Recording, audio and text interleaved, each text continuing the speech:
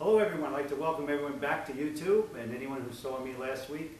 I hope you enjoyed it and I hope you got a lot out of using those 3 words before you did anything in your life. It didn't matter what you did, and those 3 words for the new people looking in were I choose to. Putting I choose to in front of everything that you do and everything that you did, those people who did do it, I have to say we got a good response from them. They really enjoyed it. They said that it was just something that made their lives go forward a lot better. It gave them freedom, and by saying I choose to, I got some answers that I was looking for. They said it gave them their power back. They felt powerful. They didn't blame anyone for what they did. They didn't complain to anyone about anything that happened in their lives because they made the choices and they made themselves aware that everything they did, they chose. And I'd like to thank those people for sending in their comments, and I'm glad that it's working for you. Those of you who have tried it and it didn't work as well, try it again. Keep going with that. I choose to. I choose to. I choose to see my in-laws. Hey, that's a good one. I choose to go to work. I choose to enjoy the rainy day. Whatever it is, I choose to be happy or I choose to be sad. You make your choices. You do anyway. Let's be aware of everything going around. Everything that's going around you today is your choice. And the things that aren't your choice, like me, which I explained last week to some of the people who were listening last time, and maybe you're new with us. I lost my son Michael in an auto accident 9 years ago at 17 years old, just like that. There was no second chance. He wasn't in the hospital. Tractor trailer killed him and his friend instantly, and all it was a phone call. And let me tell you, anyone again who's experienced that understands what I'm speaking about. And loss is loss. There are people who go through divorce. There are people who lose their jobs. There are people who get hurt, who are disabled today. There's so many different losses, and everyone's loss is just as powerful as everyone else's. It always depends on our perceptions on what's going on in our lives. Our perception, our individual perception, is our reality. Everyone out there has a perception of their own. No one has an identical perception. Even if we went to the same church, synagogue, believed in the same religion, we still would have our own perceptions of what God looks like, sounds like, and acts like. That's because we're all an individual. We're all independent of one another, yet we're connected. And my talk today, attached to the talk from last week, is now to move you forward and give you tools to get you to go from living life to loving the life you live.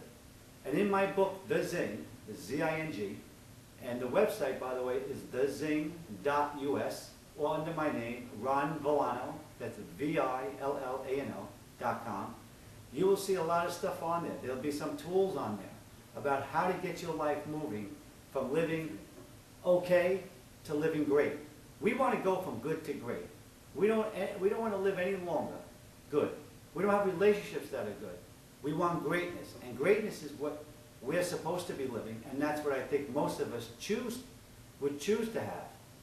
We choose to want to be great. We don't want to choose any longer to be living in good or living in, one of my new characters from my book is called Luke.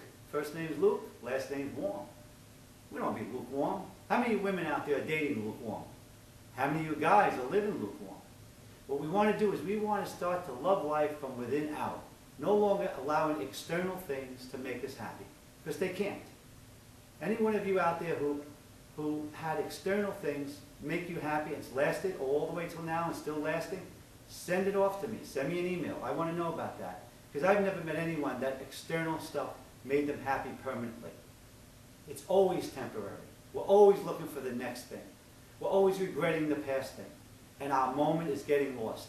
We're losing our day and our moment, our seconds. All that we have is these seconds, and we're giving them up for the future and giving them up based on the past. We don't want to get rid of the past, because you can't. What we want to do is we want to coexist with the past. And I'm going to give you tools today at the end of this on how to coexist with the past. The future, there's nothing any of us could do about that. Believe me, the wisest people in the universe have no answers for the future. The only answers they have for the future is that live in the moment. Live in this moment, because this moment is going to be your past, and the next moment coming up will be your future. One thing I know for sure, I don't know the next second. However, I do know where I came from, and I know what I don't want. And I will keep drilling that to you, because I want you to start saying, I know what I don't want. The only way you'll know what you don't want is by doing the work. In my book, The Zing, there's some answers. There's tools in there that's going to help you understand personalities, understand yourself, understand your coworkers, your spouses, understand your parents, understand where you came from. And that's what you need to know to change the relationship within yourself. And when you change the relationship within yourself, you will change all the relationships around you. Everything starts to change. Did you change it? No. All you did for the first time is you allowed yourself to flow with change. Instead of resisting the change, you finally made a choice. There you go. I choose to go with the change. You can't hold the currents back in the ocean. So why hold the currents back of life? Start to flow with it. Start to feel it. Embrace the power of change. Love yourself from within out. It's possible, because I've done it. After losing my son, I lost my brother-in-law a year later on the same highway to an accident also. I lost my mother a few years prior to that. I've been through so many things. You get the book, you see the introduction, some things about me. You may say, how is this guy standing up? How does he have the zest and the zing for life? Because the work was done. Did I willfully want to do the work at the time? No. But however, I chose to do the work because it was either choose to be sad for the rest of my life and depressed, and some of you know what I'm talking about. Very few people come out of that depression. Very few people come out of the grieving. But I can tell you, if you're out there, I can show you how to go from A to B to C to D, and it is one step at a time. There's no fast cure for this. But I can tell you, I'm here, I'm at the other side of the tunnel, and I'm living life, and I have the zing. And I want you to have the zing also. And I want you to get within your own selves and start loving yourselves. And start loving yourselves from within out, and then you're going to be able to accept love from out in. So I hope you enjoyed this segment. We're going to be back next week with another one. Now do me a favor out there. If you're liking this, send me a comment. If you're not liking it, send me a comment anyway. Go on my website, ronvillano.com, or the title of the book is The Zing, and we have thezing.us. Takes you to the same place. Send it out. We look forward to seeing you next week, and I hope these tools are starting to help you more and more and more. Thank you.